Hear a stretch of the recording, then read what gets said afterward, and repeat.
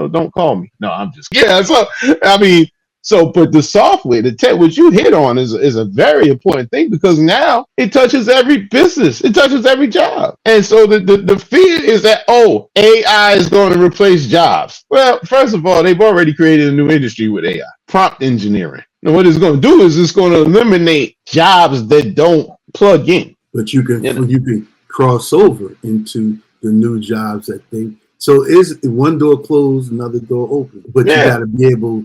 That's the E-Myth technician, manager, entrepreneur stages of growth. Being able to see opportunity, right? Yeah, and even if you want, because now we have this stuff. I mean, we just take us, like, instead of, the way we deal with a receptionist. Okay, we have 2 levels of reception, actually. We have the interactive voice deal. I think IBM, really close to IVF is kind of weird, but, it's IBM. So I think so we have that. This is what gets me. And I think part of it is for us, our growth. Have you noticed that there's pretty much no company you call that someone picks up the phone? Like, no one picks up the phone again. So what have they taken out? That's them automated. You've taken out someone that sits there and picks up the phone. Certain industries, they got to have somebody there to pick up the phone. But almost anywhere you call, including, I'll go through, because, my current situation, been making multiple calls to healthcare facilities. They don't pick up the phone. They are taking you through a phone tree to weed you out to try to answer your question. The bank, no, they don't pick up the phone. No one picks up the phone. But I'm gonna be a little petty right now. But 2 years ago, everybody was complaining that we don't pick up the phone, and we're not dealing in any blood or guts. But everybody, you don't pick up the phone. But they call the hospital, see if they pick up the phone. They ain't picking up the phone either. So what is they taking away? Somebody that specifically is hired to sit there and pick up the phone. That's gone. They don't have none of that. But you know what that is, though, right? A lot of that is the fusion of innovation, right? Yeah. So you have the early adopters that came up with those ideas of putting automation to take somebody out of physically answering the phone to align with the growth of the technology phase that we're in, right? So then you have the followers from the early adopters. They go, "Oh, you doing that? I'm gonna follow you." Now the rest, they're like, "We got to catch up because this is what they're doing." And there's no real, and while diffusion of innovation is a real thing, data-wise, it's a real thing. The laggards, the ones that go, "Oh, let me get on board," because that's where, like you said, is making the conscious decision to go, okay, how do I improve my business so it can take care of me and everybody else that I employ, as well as my clients. Yeah, but it takes, you can't be a lazy thinker. You have to be, you have to, and I get that. I'm totally in the early adopter deal. Or something new, I'm like, I'm always like, I don't want to be left behind. I guess that's what it is. You know what I'm saying?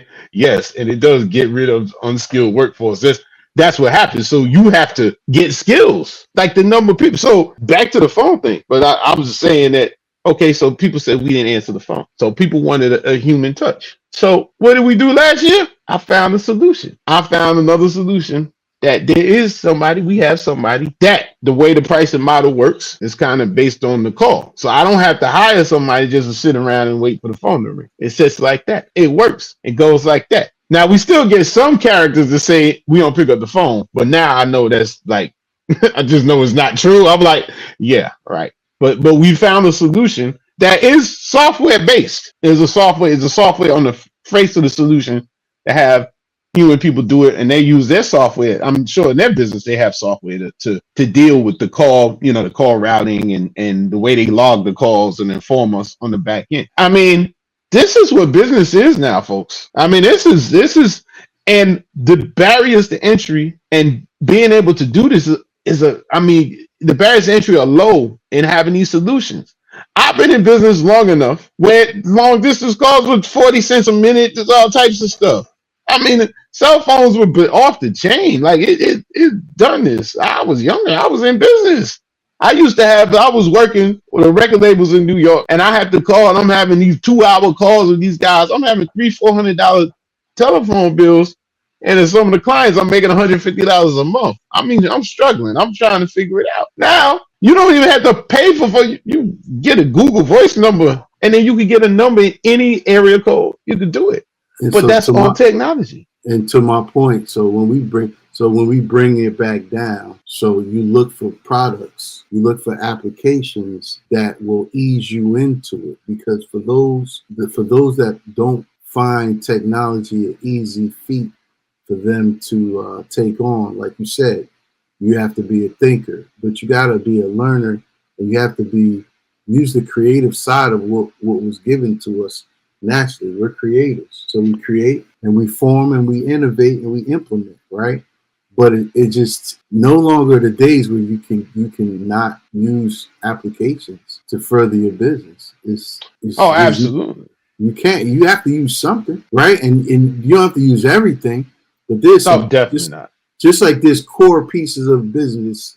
There's 7 different phases of business, stages of business. There's core departments of business, right? You have your marketing and sales and operations, productions, customer support, right? It's just like you have those core things. There's core software applications that you can implement to help reduce some of the manual labor and to push the business forward to connect in the AI as well. And AI is data. That's a whole. We're gonna have another episode about data analytics. Many episodes. Yeah. Data analytics. I mean, just to have information that's collected over time, and then you can look at that information, and it helps you make solid decisions. Why do you think people go to the doctor? Because the doctor has data. That said, I'm gonna prescribe you this. You're gonna take this dosage for this amount of time for this, and then we're gonna switch you over to this. And let's see what come back in the X amount of time. We're going to draw some more blood, or we're going to do a CT scan, and and y'all leave out. Everyone leaves out trusting the doctor for the most part. But then you why? Because well, I mean, again. Well, I think everybody gets challenged now. I'm trying to keep it on the positive. I'm using it as an example. Yeah, use an example. It's still data. It's still information. Right, so it's the same as the same as the same. So don't be scared of figuring out. There's no harm in figuring out what applications can serve your business, serve you and your business, right? And I will add, even if it's your side business, especially if it's your side business, because the more you can automate, you can keep it the side business until you decide to switch. But you can, you don't have you know what I'm saying? It has less weight on you. You know what I'm saying? Use that word. What's that? What's the word? No.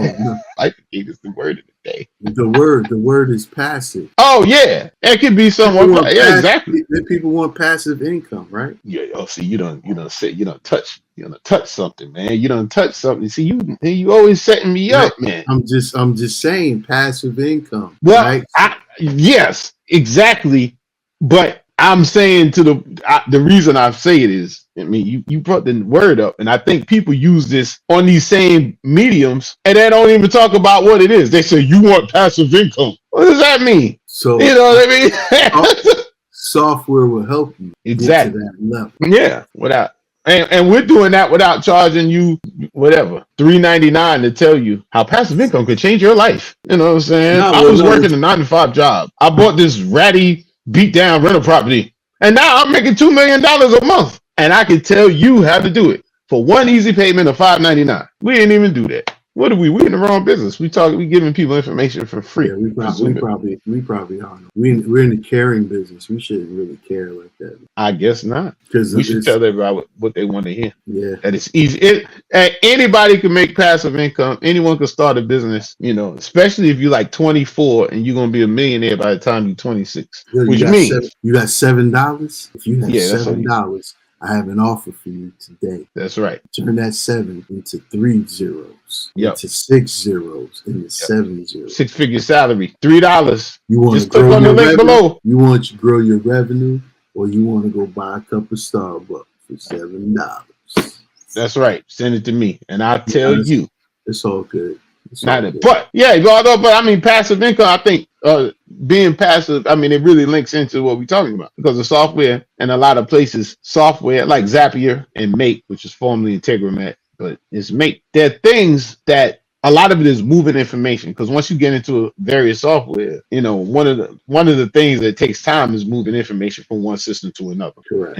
And historically, we think about like paperwork. file cabinets and stuff. You know, we had a lot of clerks. There was a lot of clerk work after the Industrial Revolution. You know, through now, a lot of people made livings. I mean, they were this type of clerk, they were that type of clerk. You know, they were moving paper, and so the digital aspect took that away. But we still had to move the data. So we had to move the data from the CRM to the proposal software, from the proposal software to the onboarding to the workflow management, stuff like that. And a lot of that is manual, as you might imagine. We're working to get it automated, and there's tools out here like Zapier has been out for years. Make is one like that too, to move data. So what that does is, especially if you're one person, you know, if you take notes in a CRM and you need some of that information to go to another program, and yeah, of course you could copy and paste it and move it. But what if the minute that you save it in one program, it populates in the next program like that? Look at the time you saved on that. Even if it's 10 minutes, it's 10 minutes of your life you got back. And that's where a lot of things. So what happens is passive stuff. If you're doing e-commerce, people put in they're ordering stuff. You know, it goes from the order's done, then it goes to the software. You just have to print out the labels to ship it. These are all efficiencies, make you better, makes it easier for you. And then and especially if you have a day job, you know, you like this, you may come home, you getting offers. Oh, your social media, you schedule your social media. Some of it's going to be you have AI solutions there. It's scheduled. You're doing 3 posts a day. Is doing it. You set it up on Sunday. It runs for the week. You're doing it. That generates people going to your blog and subscribing. It makes it manual. So software does all that for you, but you have to be organized in order for the software to work for you. And those are the things but you have to step back from your deal, from the doing, to start saying, wow, let me paint a picture. And what you spoke about earlier, the functions of a business, I don't think that's taught. Lay people don't learn that. I guess I've never been in an MBA program, but I guess you teach it there. I guess a business class somewhere we teach it. But functions of a business, I get the sense that when people think they're small business, and they lock into the term small. So they think they're small. I don't need to do any of that. Sometimes that's accounting. Like, I don't need to do that. You know, like, okay, word, all right. So, you know, if you want a small hobby, then no, you don't need to do any accounting. But business, learn about business. There's enough free, you know, we joking and stuff, but there's enough like solid information. Everybody that's in business does all those functions you mentioned, whether you realize it or not.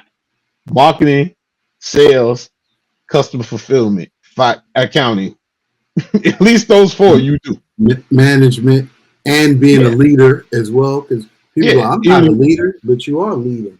Especially if you have people working for you. But even if you're by yourself. Well, you're selling a product or service, you're still leading. Yeah, but you have to lead because it's still, I was about to say you don't have HR, but you do. Yeah. And the hardest employee, first of all, the hardest person to work for, the worst boss you will ever have is yourself. Word. Yo, I think hold on, pause. I think we born them, bro. We born them. I think we born them. We going too deep. Nah, I could make it spicy. Yeah, we got to ramp this up a little bit, right? I think because that information that you're giving is solid. I think we may be boring some folks. Well, hey, guess what? Business is actually boring. It's the success is actually the doing the repetitive steps of doing good things consistent is what makes you great. And actually, anything that's highly achievable is boring. It's boring. It's not. But we'll throw something in. But if you want to go from nowhere to 6 figures in 30 days, $7. Put your info down in the comment section. We'll get at you. I'm saying Cash App us $7. I will promise to teach you how to go from no revenue to 6 figures in 35 hours. That's exciting.